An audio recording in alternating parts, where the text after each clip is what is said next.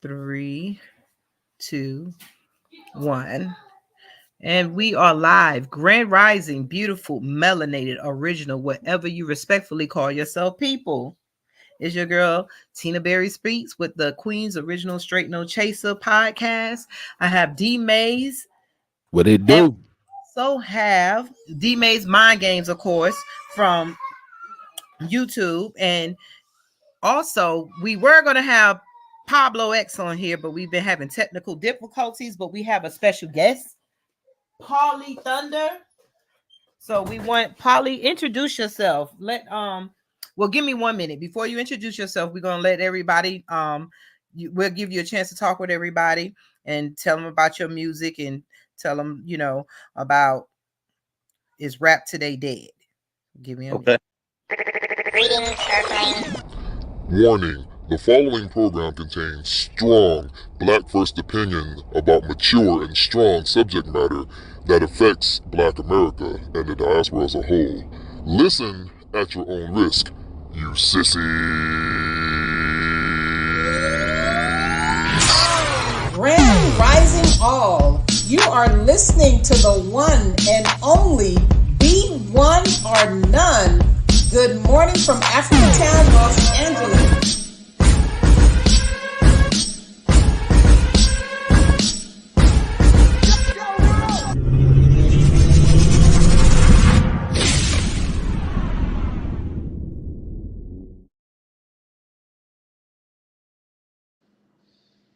So Grand Rising, you heard that the only be one of none, and I have my new saying: "B for B, Black people for Black people." So again, we have our special guest, Pauly Thunder, in the house. And Pauly, I see we got some people that know you, Juvan, saying Pauly Thunder in the village. We got a shout out to you. So, Pauly, introduce yourself. Today we talking about is rap dead. So you are artist. So tell us a little bit about your music and yourself. Um. I don't like to make things too much about me individually because I represent a movement. This not just one person. I am Pauly Thunder. Um. Where I'm from is irrelevant. You know what I'm saying? What set I rep is irrelevant. What's relevant is that rap music is not dead. Hip hop is not dead. Um, there are those of us who still uphold what it means and what it is for our people. And I happen to be one of them. I'm just a catalyst for that power reaching the people still. So and me and my camp, Machete Island, we're working together collectively to restore, what I'm saying, hip hop to its true glory and rap music to its true glory. You know what I'm saying? So that's who I am and that's what I'm about. So let me ask you a question. Like, what is y'all style? Because yeah, what's y'all style? Because I know a lot of people. You got the thing is, I'm pretty sure you underground. You consider underground, correct? So, definitely not commercial or mainstream. Exactly. So, what is y'all style? Like, what is that? What y'all mostly talk about? I know everybody different. I'm pretty sure you got your own style from other guys, but like, what as a collective group, are y'all on the same level? I won't speak as to levels because then you have the problem where one person is better than the other person, and it becomes I don't want to challenge anybody's egos or stroke my own. But they say the best leaders are, the best leaders. When you approach the camp, you don't know who the leader is. So I'll leave that right there. But as far as us being on the same page, we are all right now. Currently, Machete Island is comprised of all gang members who have graduated from being just gang members to revolutionary party members and who are all talented, can rap, sing, make beats, and we all have a great love and respect for hip hop's origin and for what it is to our people. So Yes, we are all on the same page. We're all, we all from the same set right now. We got one individual who's part of Machete Island, who's not a gang member, who never was a gang member, who's actually a minister. I think he's a minister, and Wow. he's a fellow New Age Panther. So power salute to him. But other than him, everybody else comes from West Side Pyru. Everybody else is 212. We're all under that same Katisa, and we all have decided that we're going to make a difference. We're going to make a change. And again, no more loose cannon gang banging, no more self hate ideology, no more prison industrial complex, no more abusing the chemicals that the man put into our communities to get us to destroy our communities and one another while funding his wars. It's just strong, powerful individuals uniting to defeat the system and to empower our people. And I will say this: we are looking for, because right now everybody's bloods. We looking for Latin Kings. We looking for MS-13s. We looking for Norteños. We're looking for Crips, Gangster Disciples, Vice Lords, Stones. We looking for just any person who's revolutionary, any person who's tribal. We just looking for people to join. We just want it to be we want it to be people from everywhere. We want somebody from every tribe and every nation to be able to stand against the system, against the capitalist system and the fascist system and the tyranny that's going on, to give our people their voice back. Hip hop started with Puerto Rican and black people. You know what I'm saying? The blacks and the Puerto Ricans together worked to make what hip hop is, and we need that black and brown to come back together again and to push. You know what I'm saying? So Hey, that's a good. I'm glad you brought that up, because it's a lot of. First off, before I ask the question, I'm gonna ask another question. How did y'all come up with the name? Y'all name? Yeah, because I got some questions too. I'm just excited about everything y'all Yeah, doing. I'm about to go deep with your brother, but how y'all come up with the name? Frank, I'm gonna ask you another question. well, so the name, I came up with the name, and I came up with the name in prayer, and and I was fasting and praying, and some different things had occurred to me during that time. And one thing that occurred to me is, you know, my flow and the type of flow that I think is necessary, like that early DMX drag on, that that Mob Deep, that killer, that tough flow, that make you get up and want to do something. That type of flow is necessary. We don't need no mumble rappers or no. We need the bite, and pit bull. Thanks. Y'all So got any female rappers in there? that's dude. Yeah, we got the Scarlet Queen, you know what I'm saying? Okay. Maybe West Side from the hood, but yes, Scarlet Queen. But I was gonna say, um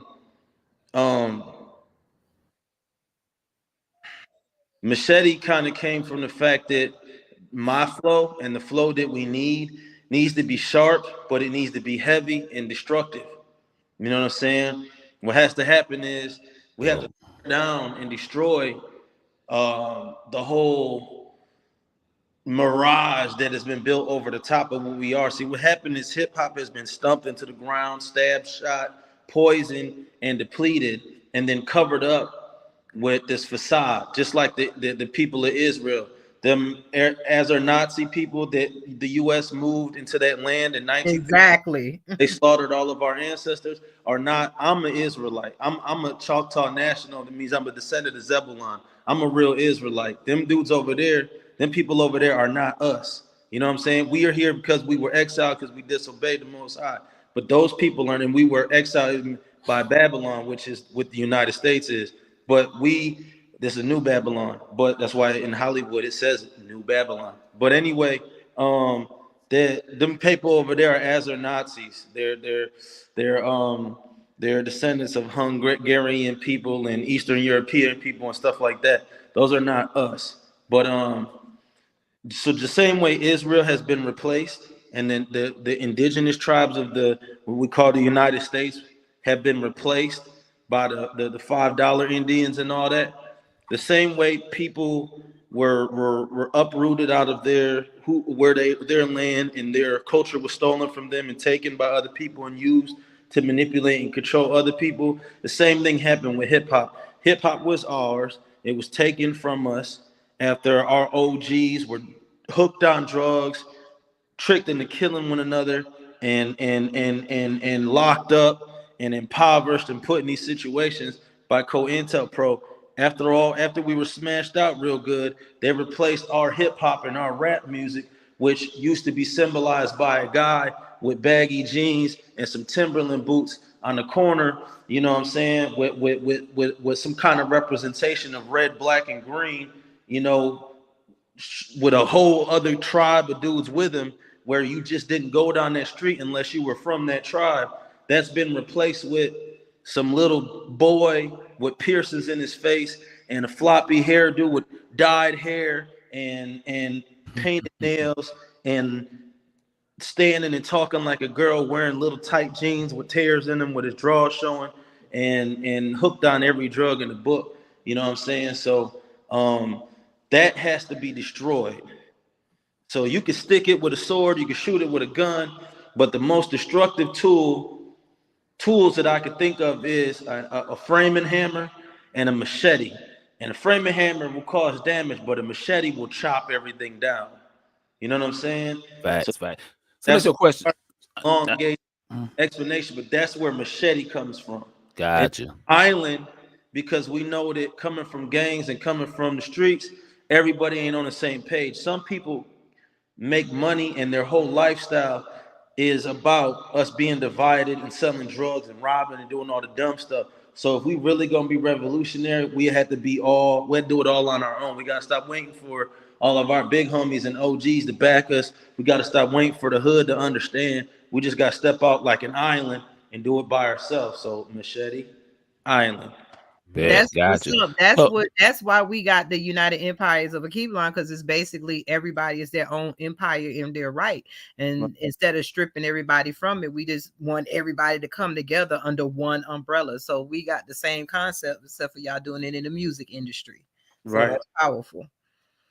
What Yeah. were you gonna ask? I want to ask the question. So I don't know if you're aware of what's been going on lately.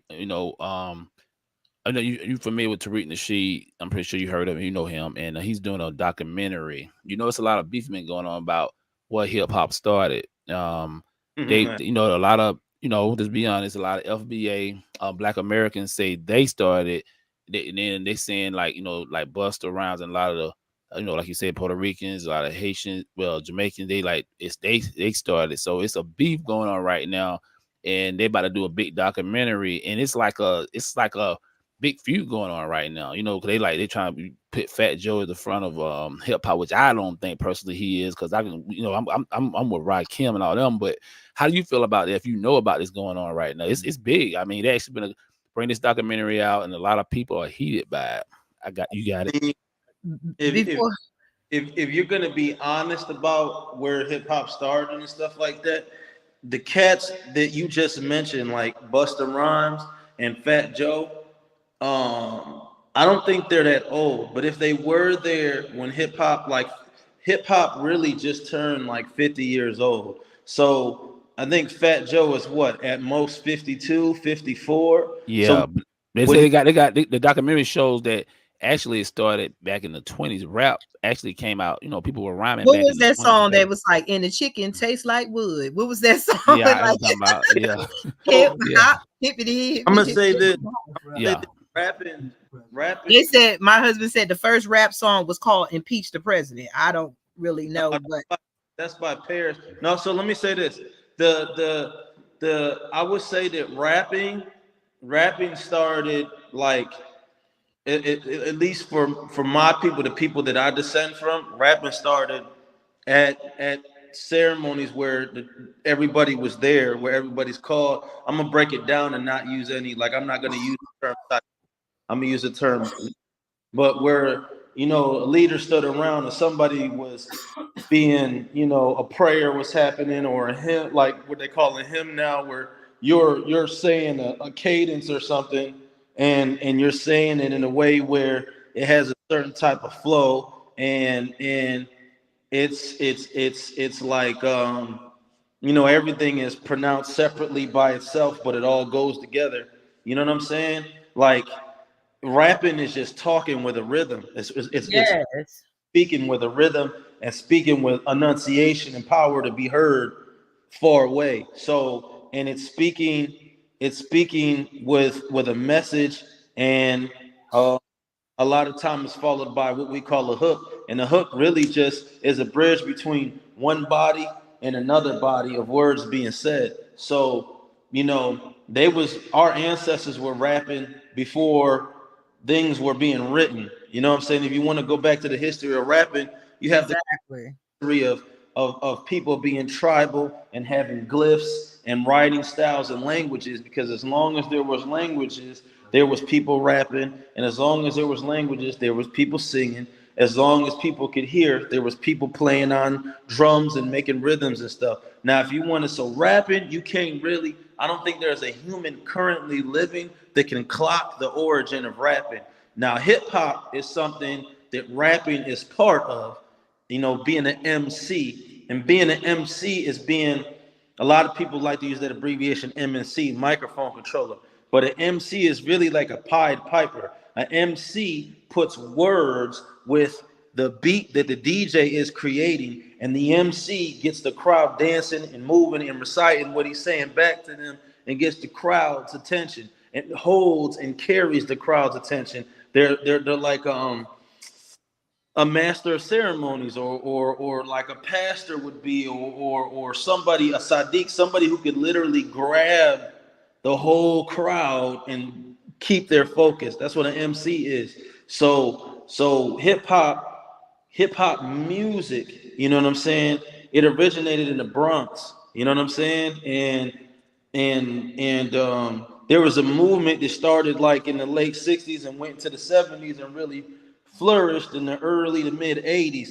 That's hip hop. And a lot of the cats that are trying to speak on it right now, if you want to cats to speak on hip hop, you would need DJ Herc, and you would need Grandmaster Flash, and guys like this that speak on it, because they were there. Just like we have this argument all the time, all these different Bloods talking about who is the founder of Bloods, who started Bloods, who are the original Pyru Street Boys, who are the original Swans, who are the original 20s. The cats, this, like out of the original Pyru Street Boys, there's only 3 of them still walking around. You got Little Vince, LB that just got out, was it last year before, and King Babalooey. So unless you're one of those original Pyru Street Boys that was there, all you can give me is information. So unless you're one of those founders of hip hop who actually was there, you only can give secondhand information. You can't really, if hip hop is 50, let's say Fat Joe's between 52 and 55 years old.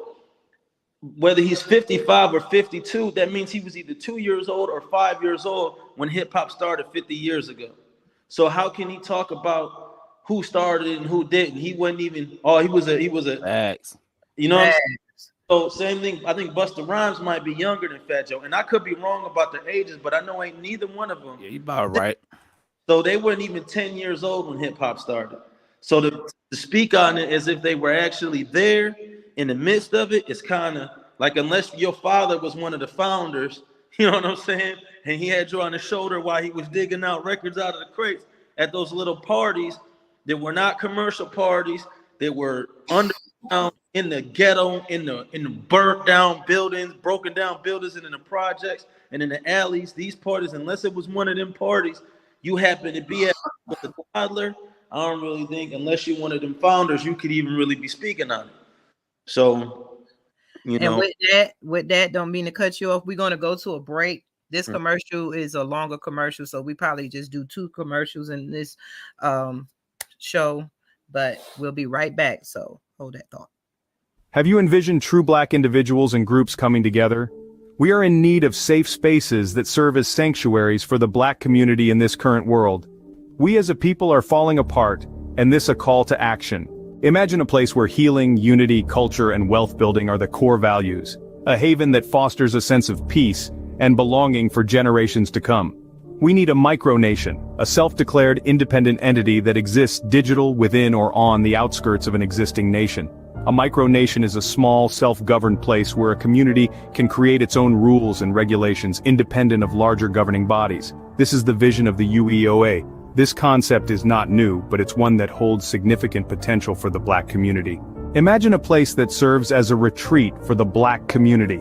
A sanctuary that provides respite from the pressures of the oppression we face in our everyday life. A place where we can reconnect with our roots, learn, and find solace in a supportive environment. A place where we can host conferences, workshops, and events that promote education, programs that promote healing, unity, and wealth building. A thriving hub for Black families, entrepreneurs, and individuals offering opportunities for networking and collaboration among each other. Imagine a serene natural environment where families and individuals can enjoy camping, farming, and other activities, fostering a connection with nature and promoting overall well-being. A dedicated space for educational programs, mentorship initiatives, and workshops that empower Black people to reach their full potential and contribute to their communities. A sustainable farming initiative that promotes self-sufficiency, healthy eating, and environmental consciousness, while also providing educational opportunities for community members. A range of activities and amenities, ensuring a memorable experience for all. This vision is attainable and with your help, can become a reality. By contributing to this initiative, you will play a vital role in creating a safe and empowering micro-community that addresses the unique needs of the Black community. We bought land, now we need your support to help secure the necessary resources to develop infrastructure. So what can you do to help make this vision a reality? Donate, no matter how big or small. Every contribution will make a significant impact. Even donating your time, skills, or expertise can assist us in. Please join our website www.theunitedempiresofalkebulin.com.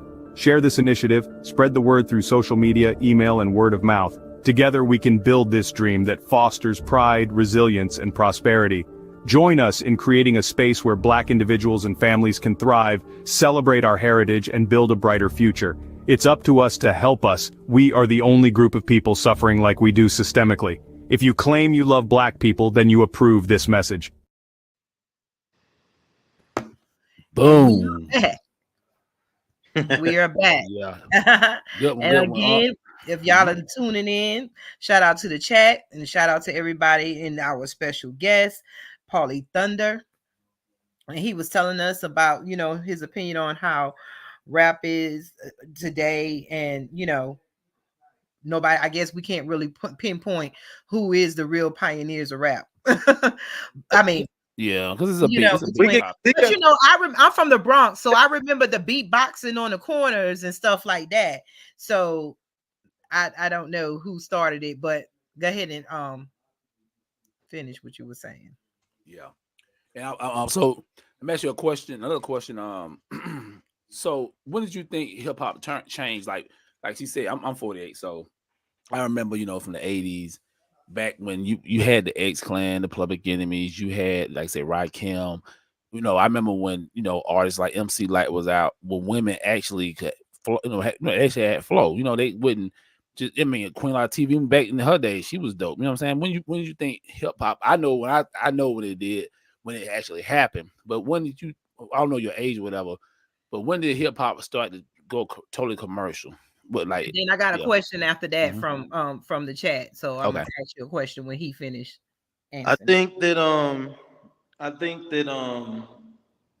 that started happening in like the into the mid to late 90s, and this is why I say that, because you had like DMX, you know what I'm saying? DMX is like my like a mentor, like a big I got a lot of love for Earl. I'm gonna put it to you like that. I mean, when I was in the hospital and I was like, I didn't know what to do with my son, and my son was fighting for his life. He was praying for me. He was sending me messages of encouragement, and, you know what I'm saying, telling me to focus and not give up. So I mean, even if you were to see me in person, you see I got the shaved head, the beard, and the Timbs and the baggy jeans, so you can see how much he's influenced my life. But I bring him up for this point. Tupac and Biggie, you know, the division of East and West, that was COINTELPRO. If East and West would have got united, hip hop would have been such a powerful force and movement, they wouldn't have been able to control it. They knew it. So they had provocateurs and agents on both sides agitating the situation, inserting rumors, lies, and different things like that to turn them against one another and stop it from combining. There was a point in time where Death Row tried to sign Rough Riders before Rough Riders was really its own big entity, and they turned them down.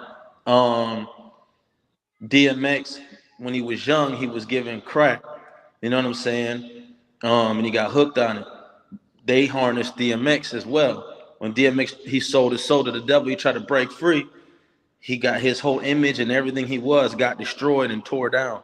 I say that to say that that mid to late 90s, when you had cats like DMX on the scene, or like Prodigy, as he started to learn about the Illuminati and COINTELPRO and the real origin of the Masons and different things like that, and started to speak about it going into the late 90s and early 2000s, you see him getting in all kind of legal trouble that he wasn't in before all of a sudden. And then you see him die from his sickle cell out the clear blue. You know what I'm saying? When he was the healthiest that he's been. Remember, he was all cock diesel and healthy. You know what I'm saying? Yep. All of a sudden, now when he was doing drugs and drinking all the time, his sickle cell didn't kill him. He get all buff and start influencing everybody to switch it up. Yeah. Telling the truth. Oh, now all of a sudden he just dies out the blue. DMX took that COVID vaccine. They said he died from a cocaine overdose. He hadn't been doing cocaine that whole time. That's how he got all fat and stuff. That's like that. what I said. That's what I Right. said. They took my video down, so we can't say too much about that. They took my video down, but I said that he was healthy. He was getting ready for a tour. Yeah, he was, and he was getting ready to get married, and he had changed their whole game. He was in his son's life he was doing what he was supposed to do. But so in that, if they let DMX live, their initiative would die. If they let Prodigy live, their initiative would die. You know what I'm saying? Prodigy. But Prodigy started saying some real stuff toward the end of his, life too.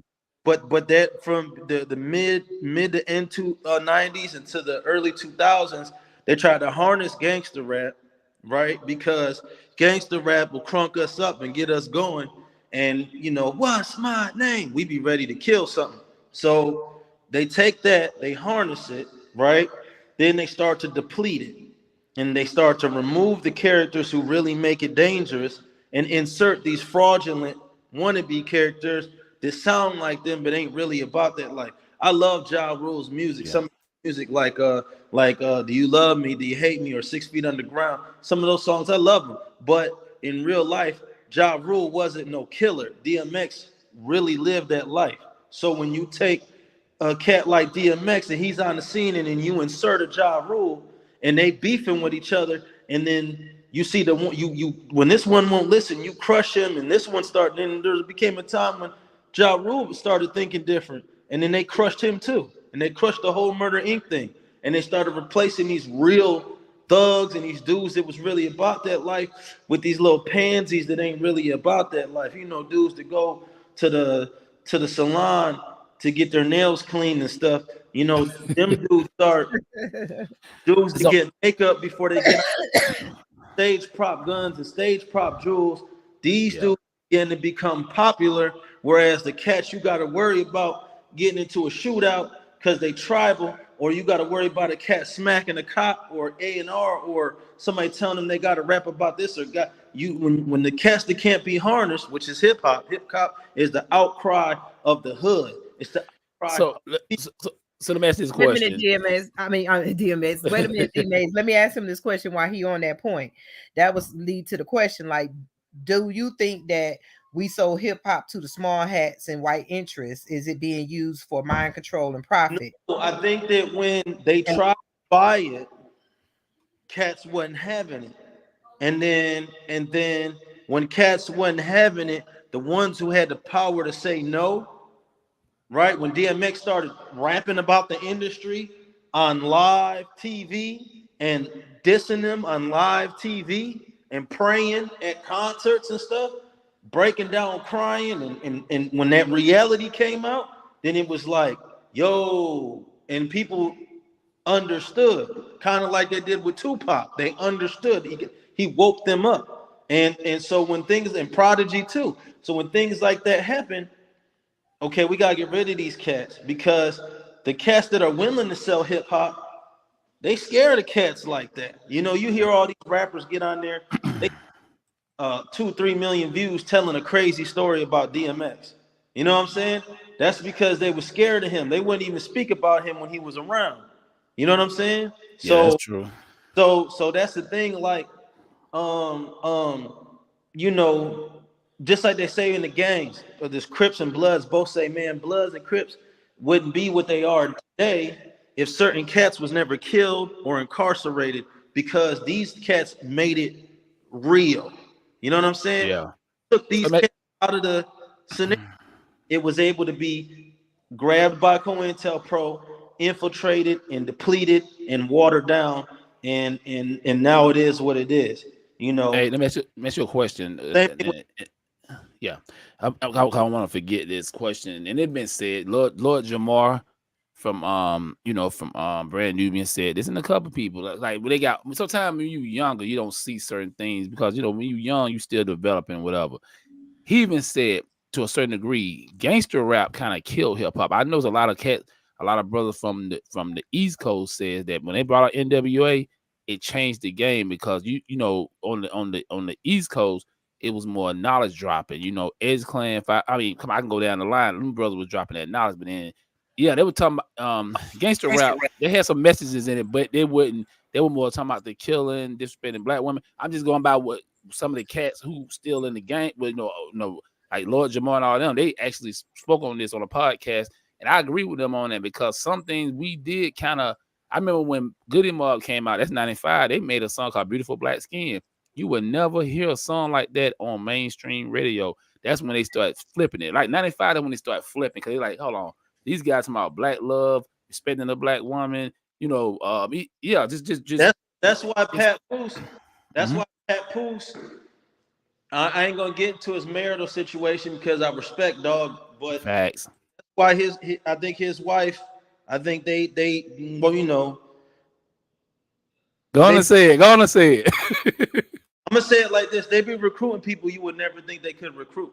But I'm gonna say this though: by they, I'm talking about COINTELPRO. If you type in Illuminati backwards in Google, it pops up the NSA website.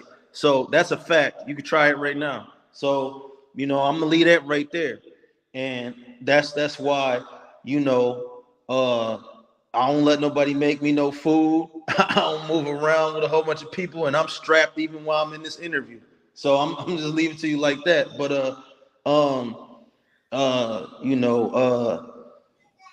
gangster rap, the origins of it, when you get a cat that's really street like that and really hurting and in pain and living that life in the hood, and they speaking about it, they speak in their reality. The reason NWA made her a man knife, ushered in a new era of hip hop that destroyed it, was because them cats, and there was an argument I got into with a cat on a thread about it. They said, who do you think was a better rapper, Ice Cube or DMX? I said DMX. Somebody agreed with me, somebody didn't. I said, look, DMX was really walking around Yonkers with a pit bull and a bat, and he was really robbing cats and really getting high and really living in alleys and abandoned buildings and stuff like that. And when he rapped about that, that was his reality. Ice Cube even said it himself. He said, we rap what we see. I'm not no gang member. He said that himself. He ain't no gang member. He ain't on drugs. His mom and dad was good peoples. He did prison, but he'll rap about being in prison. He didn't kill nobody, but he'll rap about killing people. He wasn't in no gang, but he'll rap about gang banging. And so that the whole thing is that, and you got certain cats that say, oh, Cube was a Crip. All right. All right. you know what I'm saying? At the end of the day, you got cats that never lived that life that are rapping about that, glamorizing it and making it glamorous to be that, and And you know, Cube ain't running around robbing people. Dr. Dre wasn't running around robbing people. Eazy-E, even at that time, was no longer running around. That's why on the thing it would say former or ex-gang member, ex-Crip member, Eric Wright, aka Eazy-E, founder of NWA. That's why they would introduce him like that, because he wasn't still on the block banging when he was when he became that executive. He was hiring some of his homies from that, but he wasn't out there doing that no more. And so with that, what I'm saying is DMX was still doing that. Prodigy was still in the hood. So when these cats rapped about being in the hood and going through that, it was real. When you got cats that's not their life, but they're glamorizing it, that's when hip hop becomes commercialized. That's when it becomes fraudulent. That's when it becomes fake. When you hear my raps, I'm gonna rap about my reality. This gun I got on my hip, I had to go get my record expunged. I had to pay a bunch of money. I had to do thousands of hours of community service to get my record expunged to be able to carry a pistol legally. Before I could carry a pistol legally, I was carrying a pistol illegally. And the pistol I was carrying illegally was way more dangerous and had a way bigger clip in it than the one I'm carrying legally. You know what I'm saying? Another question. What's your thoughts on Nipsey Hussle? Like the whole thing about how they trial still came before we get hold that question, we're gonna take a little break and then we're gonna come back. Yeah, she said that one of the cats in the chat had a question too. So okay, they want to ignore that. Okay, yeah, I think I had asked it, but give me 1 second. The Good Morning from Africatown, Los Angeles morning radio show is pleased to announce that we now have apparel and other merchandise on sale on our website now. That's right. If you enjoy the positive, conscious messages that the ATLA crew brings to you via radio or our other platforms via social media, we want to encourage you to show your support by donning our apparel. You can shop right now, today, at www.gmfatla.com. Get your merch today, and thank you for your support.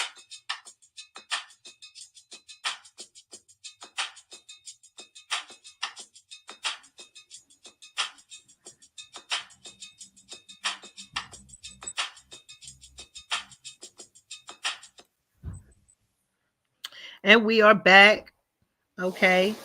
So do you remember the question, D Mays? And then I'm gonna ask him a question. I was asking him what he thought about the Nipsey Hussle's Delta Nipsey Hussle, like what you thought about him as an artist and what he did in the community, and do you think that was something that a planned hit on him, and why haven't they had his trial yet? That's been years now. You got it.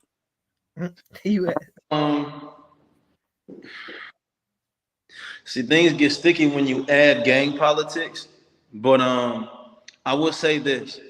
There are a lot of people who feel that Eric Holder did what he was supposed to in terms of in the hood, if somebody call you a snitch, unless they prove you a snitch, like unless they can validate that, you supposed to, that's something that you could get killed for. So the fact that they called you a snitch, they basically tried to get you killed. And so the justified response for somebody trying to get you killed, currently trying to get you killed by labeling you as a snitch, is for you to kill them. So as far as hood politics go, and as far as the culture goes in the streets, what Eric Holder did from that standpoint would be justified. But the thing about it is did Eric Holder, was he really a rat? I don't know. If he was really a rat, did Nipsey prove that he was really a rat? I don't know. If he was a rat and Nipsey told him he was a rat and did it like that, should Nipsey Hussle should have said, hey man, you're a rat, and then turned his back to him and kept talking? Hell no. Nipsey Hussle should have, if he was going to say he was a rat, Nipsey Hussle should have had a gat on him, and he should have watched that man walk away, and he should have watched that man go wherever he was. He should never turn. If you from the hood, you know you don't disrespect the man in a way that's heavy like that, and then turn your back on the dude like you just that untouchable, where you don't know that the dude gonna do something to you. You turn your back on somebody. Eric could have stabbed him. Eric could have grabbed him, broke his neck, could have shot him, smacked him with a crowbar, bat, anything. You never turn your back on somebody that you beefing with in the hood. You just never turn your back to them and just keep talking like. But can I say this? That kind of goes to what you're saying, because we all love Nipsey Hussle, and that goes to what you said earlier, that a lot of people rap about the hood because when he passed, his mom and them came out, and it seemed like they had a kind of nice family or something. So was he actually from the hood, you know, or did he, you know, just? And that's the thing. That's the thing. I'm not a Crip, and I'm not from the '60s. I know that there has been Crips that have come out from the '60s who said that, you know, he was part of like the financial infrastructure of the hood. Yeah, that's what I heard. Like that. And again, Nipsey Hussle is not here to defend himself from those claims or to assert those claims. And coming from that life, being in a gang myself, if somebody say you not West Side Pyru, I'm gonna say to them, were you there when I got put on? No. Were you there to see me get put off? No. Did it ever happen? Is there anybody who can stand here and say they put me off the turf? Actually punched me off the turf? No. Okay, then you can't speak to whether or not I'm West Side Pyru. You can't speak to whether or not I'm a blood, and you're not gonna say that to my face. You know what I'm saying? So with that being said, it's kind of a difficult situation because people say stuff about people all the time that don't necessarily mean it's true. And it's one thing to say something about somebody when they standing there, because all these people that were saying all that stuff about Nipsey, wasn't really talking like that about him to his face or in person while he was alive like that. It's loud and broadcasted after he's dead, but it wasn't loud and broadcasted like that while he was alive. While he was alive, everybody acted like they loved him. You know what I'm saying? So what now? As far as what he was saying in his raps, he had a message in his raps, like in the newer stuff, like in that Victory Lap.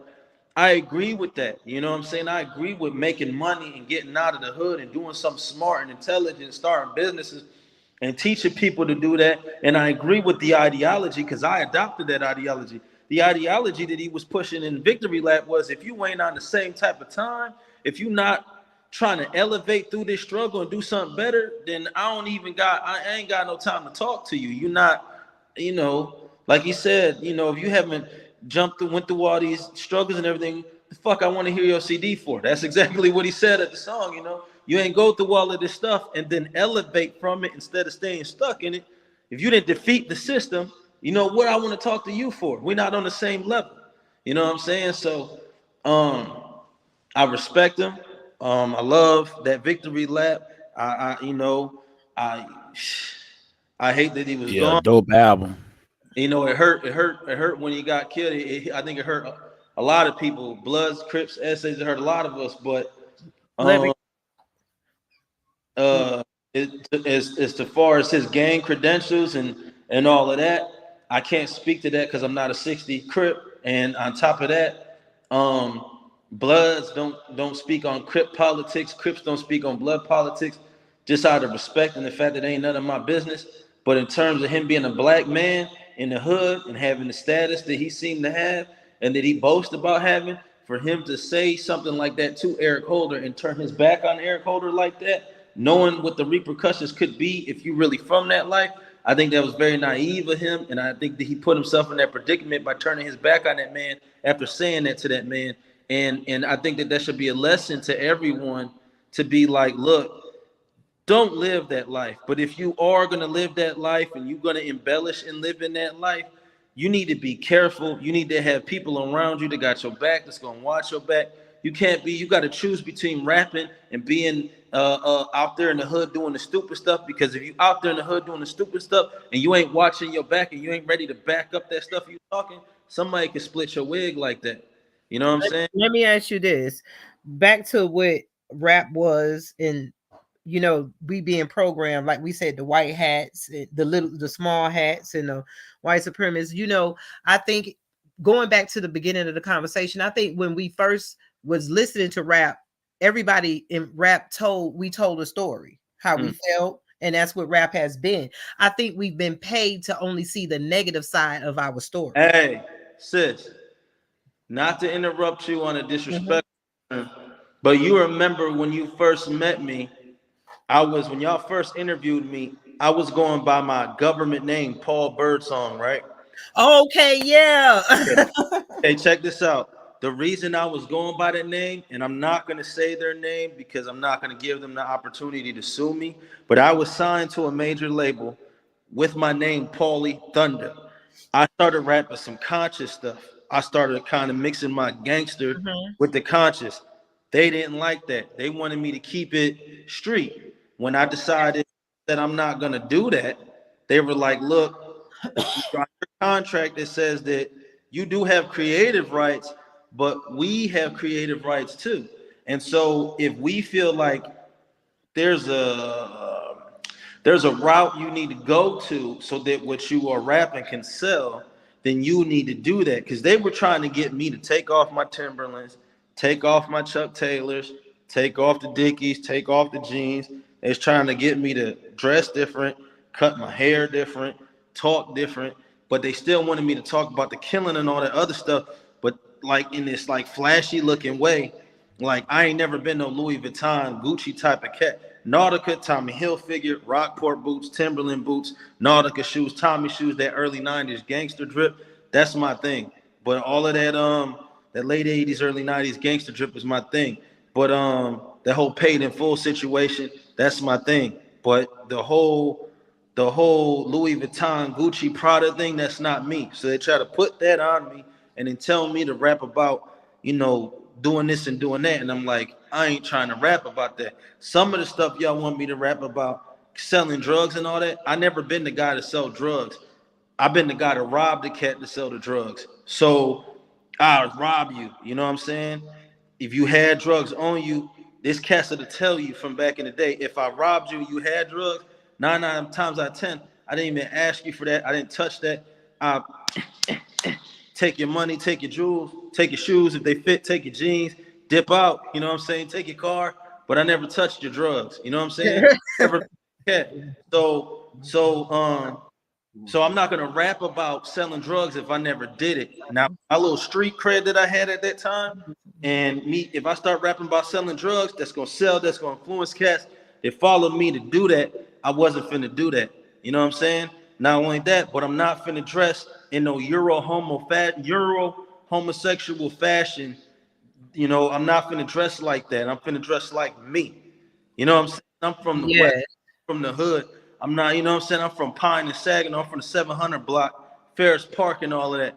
It's cold out there. It's ugly out there. Cats, and coming up when I came up, they wore Tommy Hilfiger and Carl Kanai and Nautica, and they wore Dickies, and they wore Timberland boots, Rockport boots, Echo boots, ACG boots, the Carhartt boots, the Carhartt overalls, bandanas tied backwards, big old chains, big Carhartt coats and stuff like that, the Tommy Hilfiger polos and all of that, Ralph Lauren boots. That's how I dress. I dress like I'm ducked off in the cold, about to clap something. I don't dress like, Let you me know. ask you something. Don't mean to cut you off. But hold on, I wasn't gonna let them change me, and so they took because I was signed to them with my name, Paulie Thunder, and they had trademarked that. I had to wait until that trademark wore off, until it was no longer like till that contract was over, or I had to pay them Oh. a lot of money to be able to rap under my name. So that's why I've been going by I went by Small Paul, my hood name, and then I went by Paul Birdsong, my government name, because I couldn't use Paulie Thunder until about a year ago. You know what I'm saying? I couldn't have Oh, okay. took my name from me, and everybody didn't know who I was. It's like I was coming on the scene as a new rapper nobody knew about, because all the Paulie Thunder fans only knew Paulie Thunder. You know what I'm saying? So Yes. And yeah. I want to wrap it when we end it. I want to end it, telling more about you, like you said, your and your album or your release that you have, your song, and how to reach out to you and how to find you.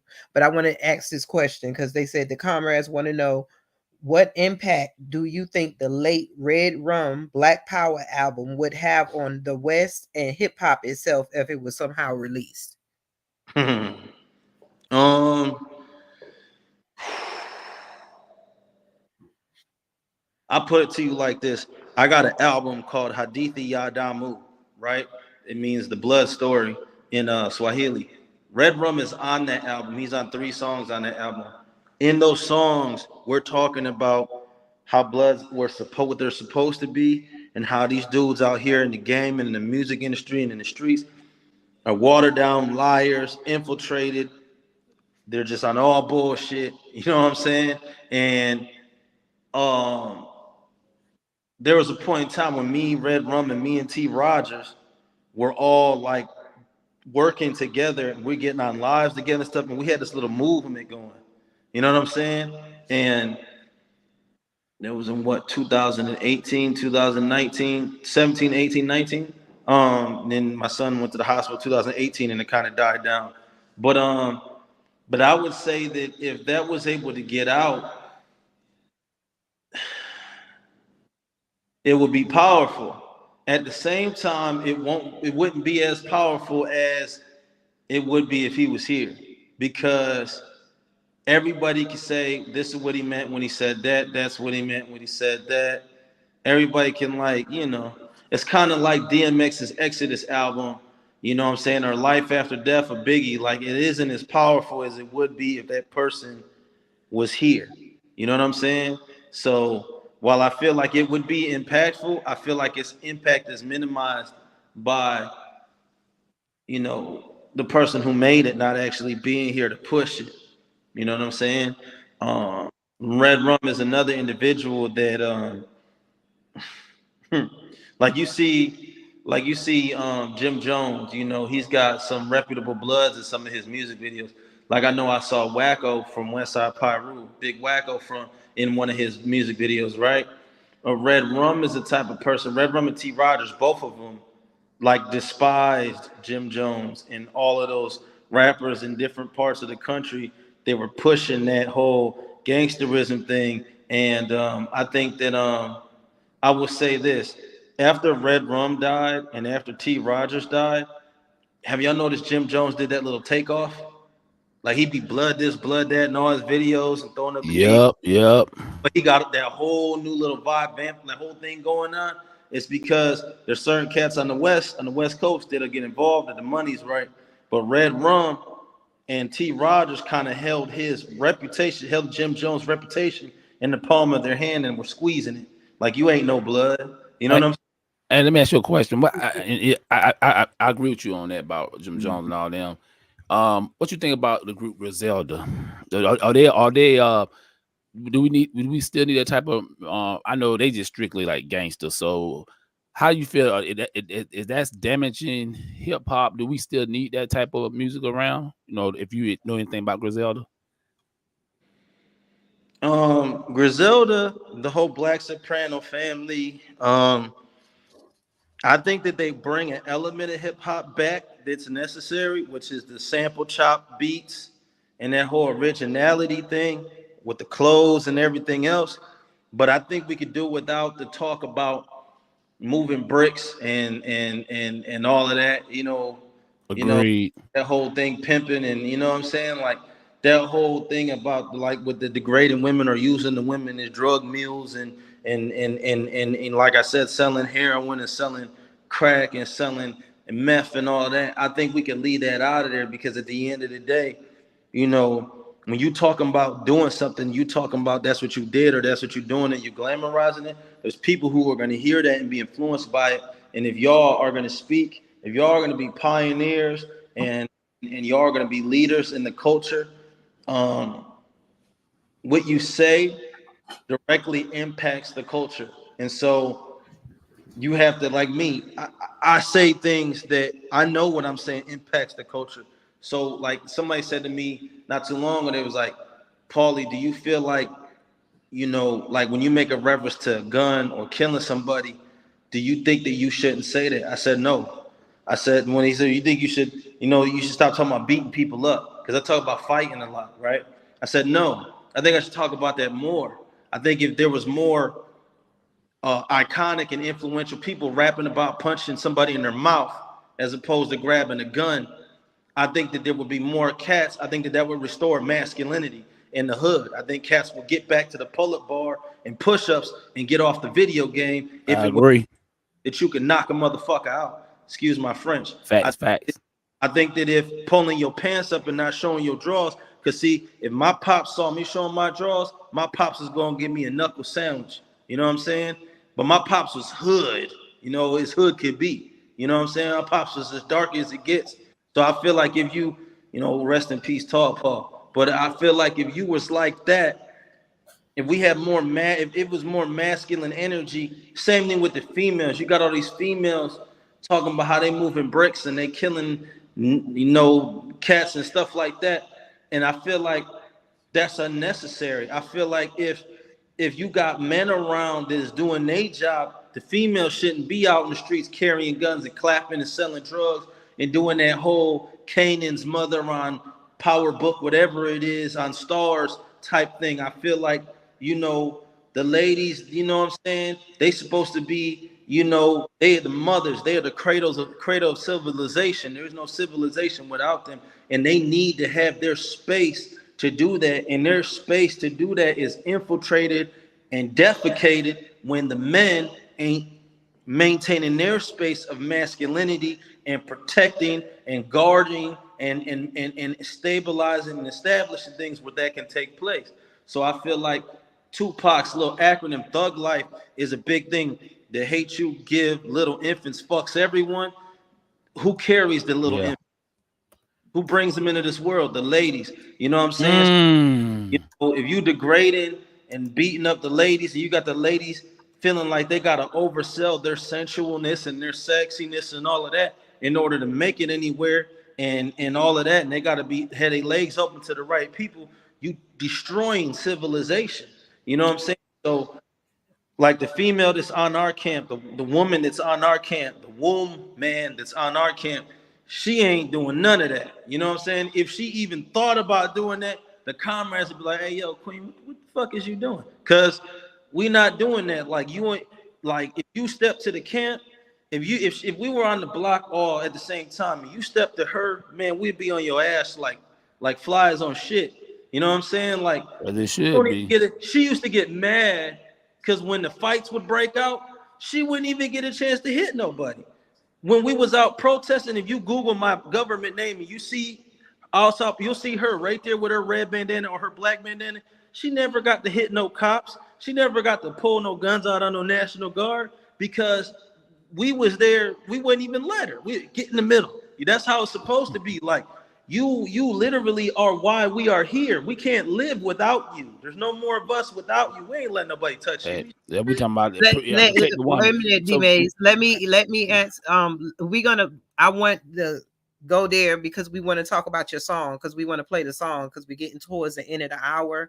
So tell us about the song and I'm gonna play it. So tell us the name and you know how we can reach you and let me play it.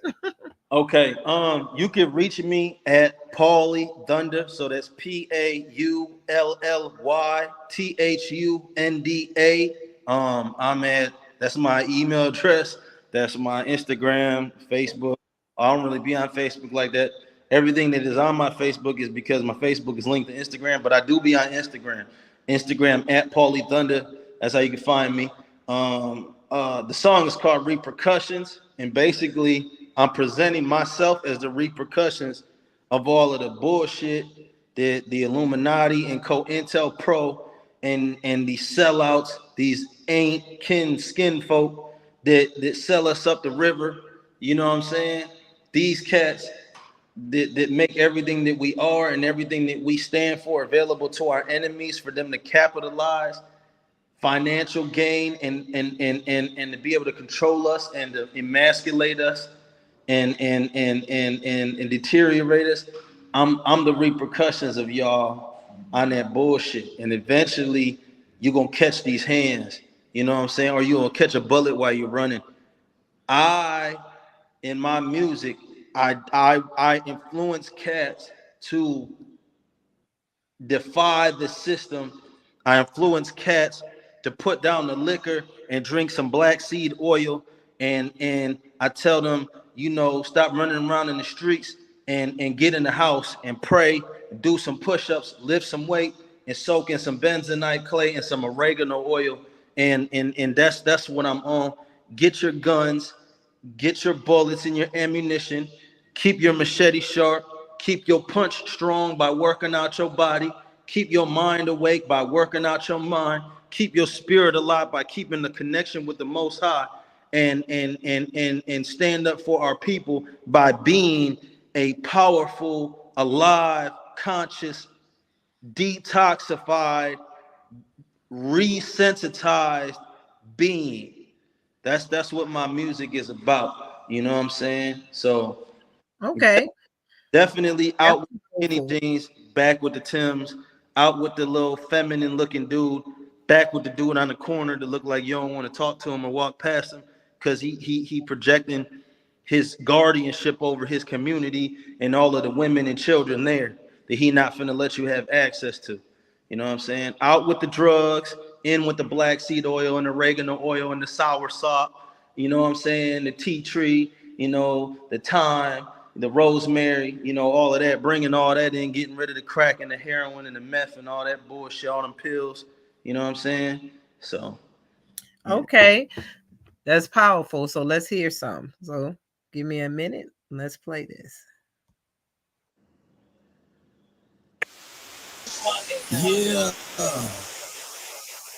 90s, these 80s, baby, tribulation legacy. Labels made clear, the extent of the matrix hate for me. Ironic how I left behind all of those who ain't wait for me. Haters prayed I fail and I prayed that y'all would strengthen me. My pride brought a fall in which I realized I ain't complete. Nothing a man can plan infallible, what you believe is ain't concrete. China and Russia in U.S. waters creating beef. Ukrainians, billionaires, courtesy of those who can't eat. One Korea haters, the other one can't wait to see. How hard we gon' go for a after we escalate to be. Brazil had that large red devil parading in the streets. That flood left them destitute. Elohim place to keep. They absorbing those men for soldiers so you can plainly see. Many of us seeing this unfold and it ain't just me. Maranatha, we await the second coming anxiously. 12 gauge, steel slugs, my freedom ain't for cheap. Black pistol grip with Sabbath rounds and dope flows. Don't test the waters, there's some places you don't go. I'm bringing the truth to the lies and I ain't sparing none. You've been a lying maggot for too long and I'm the repercussion. Black pistol grip with Sabbath rounds and dope flows. Don't test the waters, there's some places you don't go. I'm bringing the truth to the lies and I ain't sparing none. You've been a lying maggot for too long and I'm the repercussion.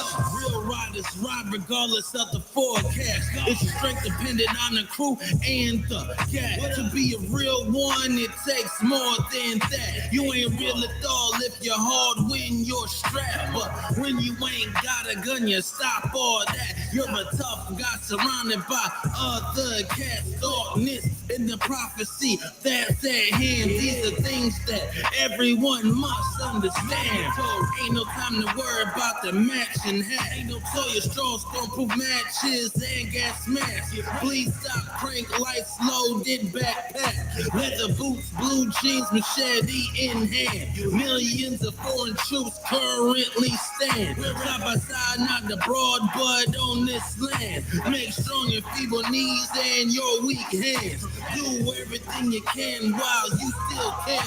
Yeah, black pistol grip with Sabbath rounds and dope flows. Don't test the waters. To some places you don't go. I'm bringing the truth to the lies and I ain't sparing none. You've been a lying maggot for too long and I'm the repercussion. Black pistol grip with Sabbath rounds and dope flows. Don't test the waters. To some places you don't go. I'm bringing the truth to the lies and I ain't sparing none. You've been a lying maggot for too long and I'm the repercussions.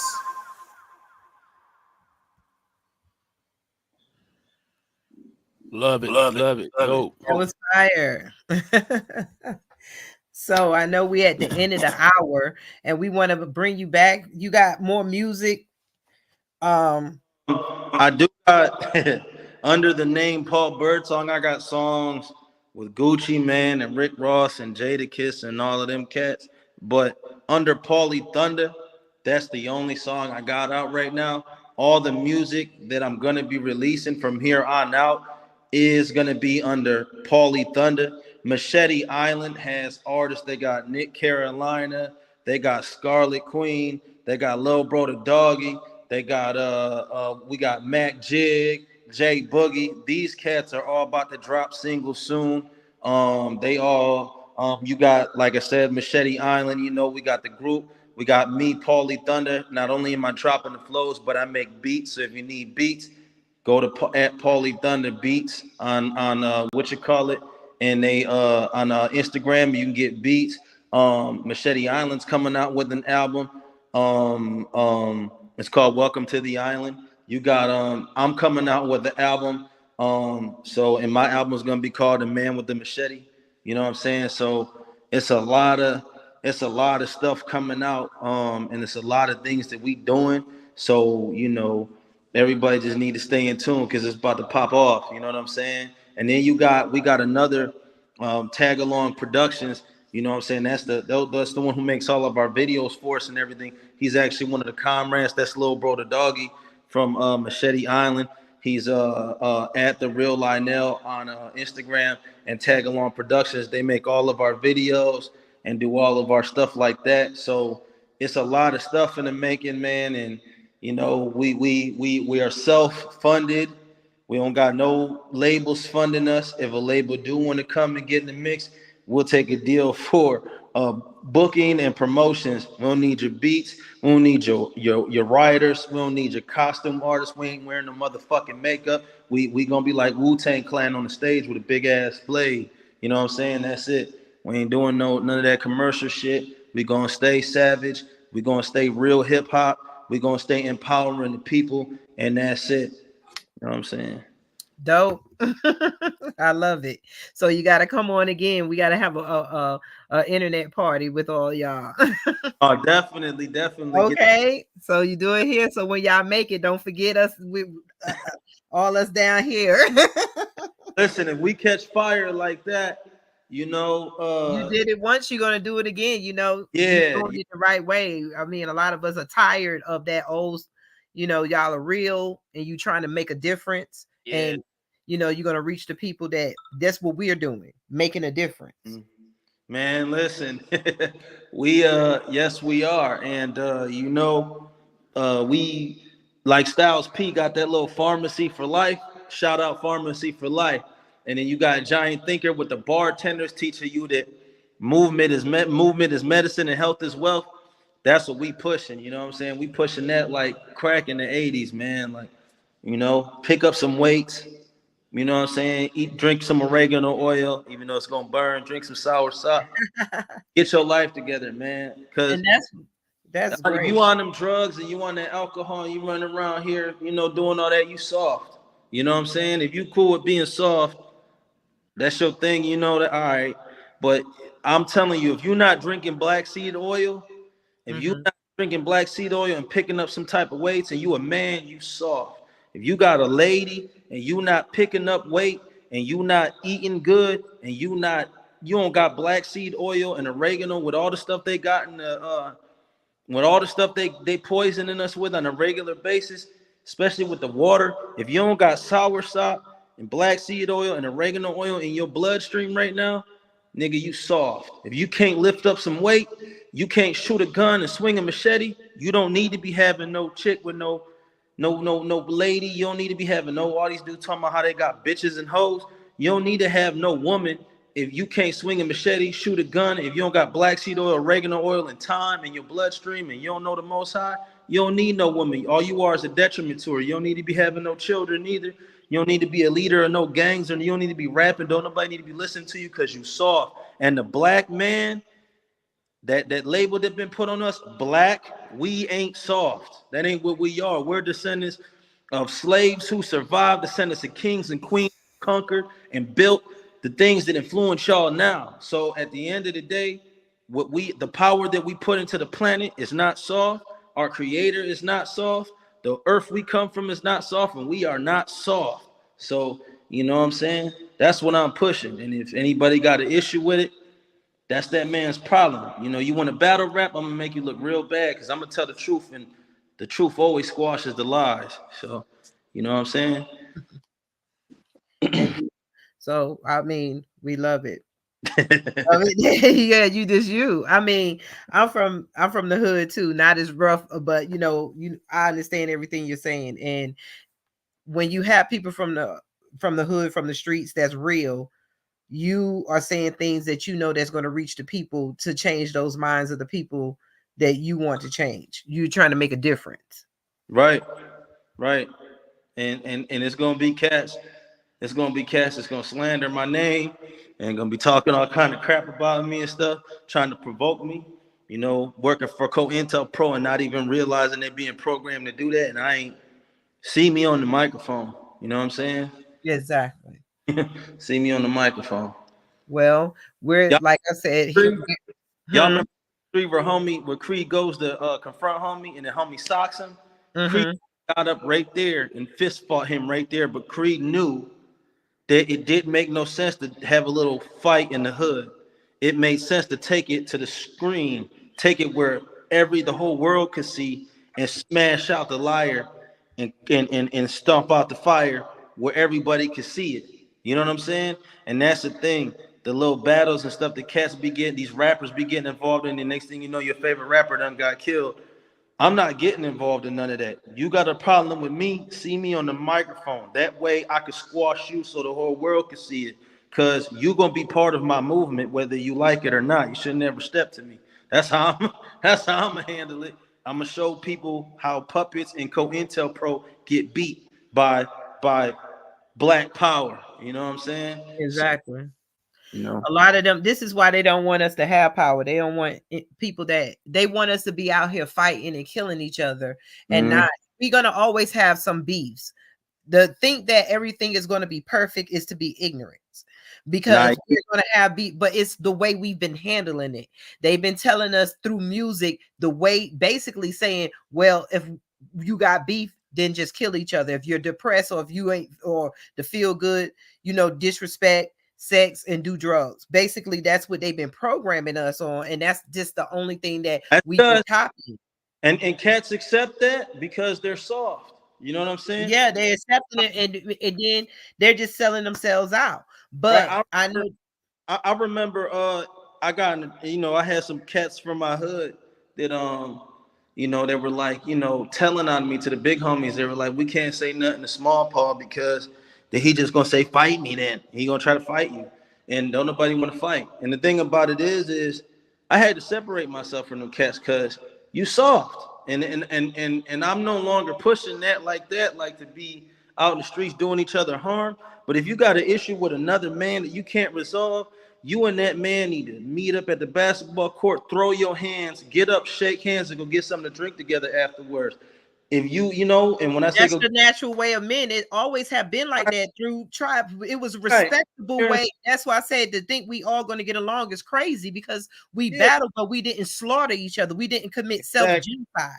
Exactly, and that's the problem. That's the problem. You got cats, and this is the thing too. Cats is too soft to take an ass whooping. You know what I'm saying? Think? I remember I was trying to fight this one cat, and he was like, he told another cat that was trying to get him. He was like, "Yo, get off the internet with the stuff. Just meet him up and fight him." And Doggy Bone was like, "He not about to get famous off of beating me up." And I'm like, "Dog, if you so worried about me beating you up, beat me up then. But don't try to fight me on the internet, or don't try to bring guns into the equation and stuff like that, because that's soft." You know what I'm saying? You know what I'm saying?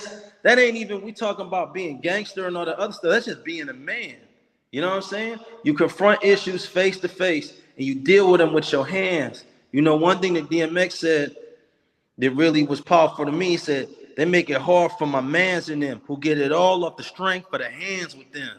That junk right there, man. That statement right there, man, is man, that's the essence, man. Like, real men get it off the strength of their hands. They don't, you know what I'm saying? Anybody gotta die. The lesson just gotta be learned. You know what I'm saying? That's it. Ain't nobody gotta die. We don't gotta feed into the prison industrial complex, the drug complex, and the grave complex. You know what I'm saying? Like, you gotta realize, as an individual, a melanated individual, the system is set up to enslave you, incarcerate you, intoxicate you, or kill you, or all of them. And you got to decide, is you going to be a slave or are you a man? Is you soft or are you free? You know what I'm saying? And I'm glad you said that. And I just wanted to hear that. So I hope everybody takes that message. We enjoyed having you on here tonight. We want to have you back. So, No doubt, like no you doubt. said, follow Appreciate you. you coming through. Yes. So, is there anything else you want to say, D Mays, as we get out of here? And everybody follow Pauly Thunder on everywhere. No, he brought some. Yeah, he gave out some good information. I Yes. appreciate you coming on. Yes. We need I more love that artists like he's you. real. Yeah, we need more artists like you. And like I said, you've been through it. You're not a studio gangster like a lot of these cats out here. And yeah, y'all really keep doing y'all thing, man. And we'll support you on our end. Yes. Wow. I love it that you're real people from the real streets, that you can relate in that way, that you can, you're really trying to change people because you're in the, where they say where they are targeting our people. Right. So you have a great day, a good night. You as well. Be blessed. Peace. Peace.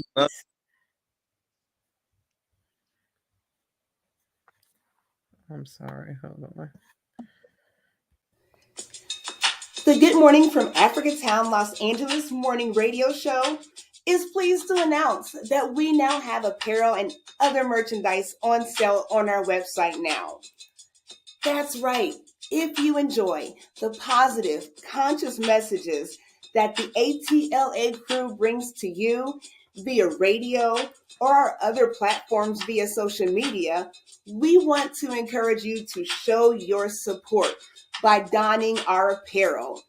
You can shop right now, today, at www.gmfatla.com. Get your merch today, and thank you for your support.